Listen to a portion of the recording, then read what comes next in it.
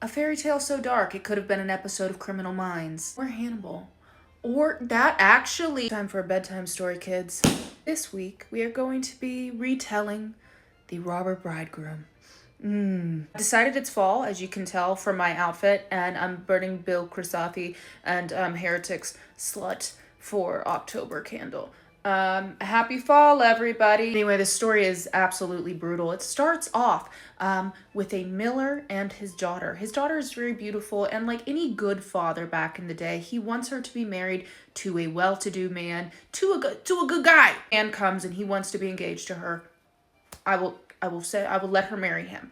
And some such guy comes along, or so we think. He appears to be wealthy, well-to-do, acceptable. So the miller says, yeah, you two are engaged.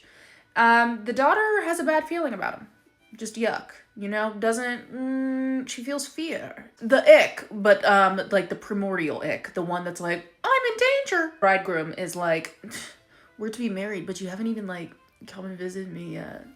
What's up with that? She says, I don't know where you live. So, and he's like, next Sunday, come to my house. I'll lay a trail of ash through the wood and you'll follow it to my home. And we're gonna have like a little get together. Primordial ick of women's intuition continues, and she's just like, I don't like it. So she follows the ashes, but because she has she don't trust, she's throwing lentils and peas on other side of the ashes. She gets to his house, spooky ooky. She walks in, and she hears a voice that says, turn back, young bride. You are in a murderer's house. It's a bird in a cage telling her this. She does not heed the bird's warning. Me personally, I would always heed a bird's warning. But she goes through the house. She finds no one, finally goes to the cellar. There's an old woman, and she asks the old woman, hey, is this like my husband-to-be's house?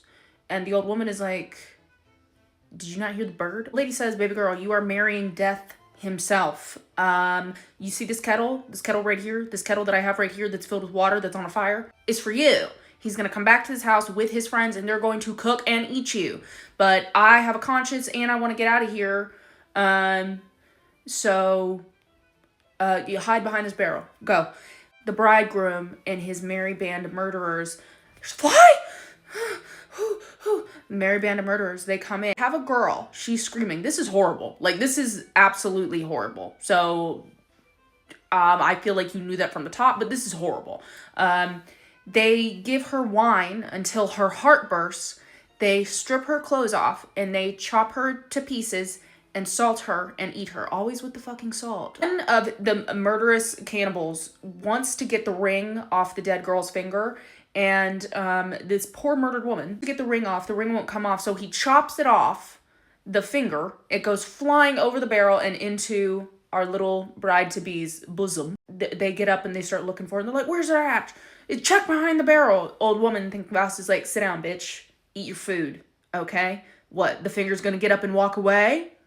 She then drugs them and they pass out. The ashes that he laid out for her to follow are gone, so she follows her pea and lentil trail. But apparently, in the story, they've started to sprig up in the moonlight, and beautiful.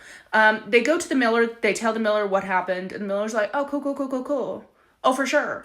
You were for sure." On the day of the wedding, bridegroom comes. The miller has invited everyone he knows. They go around the table.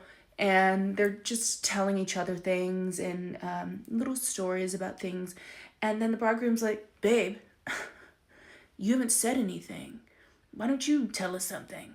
So she says, I imagine her looking very haunted when she says this. I have nothing to tell, so I shall recount a dream I had. And then she recounts the dream, going through the forest, finding a house in a forest, and a bird warned me that I was in the house of a murderer. And then she tells of the old lady who helped her and the horrible story of them, of seeing a woman brutally murdered and then them chopping off a finger and the finger going flying with the ring, the finger that has the ring on it, goes flying. And then she goes, and it's this finger. And she has the finger with the ring still on it. Obviously, everyone's like, oh! Bridegroom has gone ashen during this whole retelling because he's like,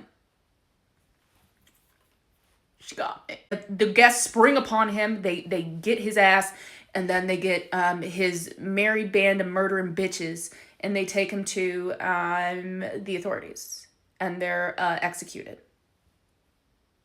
So all the horrible, murdering, cannibalistic, evil men get hanged to death. Or this is German, so they had a kind of had a thing with swordsmen. So they might have been had chopped. So regardless, that's another happy ending on the books. He's dead.